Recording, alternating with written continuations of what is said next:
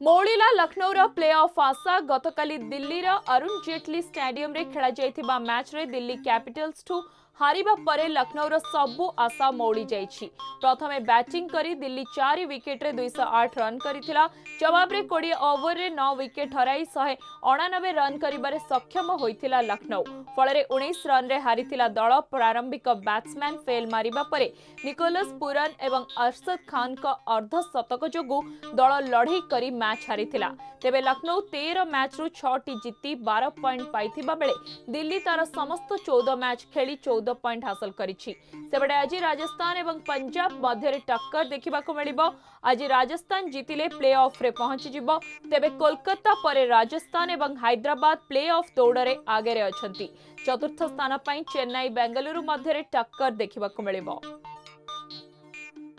आपणक स्वप्नर घर एबे आपणक हाथ पाखरे एसएसटी डेवलपर्स नै आसिछि अक्षता विलास डुप्लेक्स प्रोजेक्ट।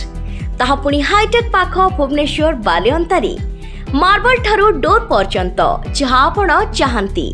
तेबे आउ डेरी काहेकि बुकिंग करिबा पई आज ही डायल करंतु 8260065195।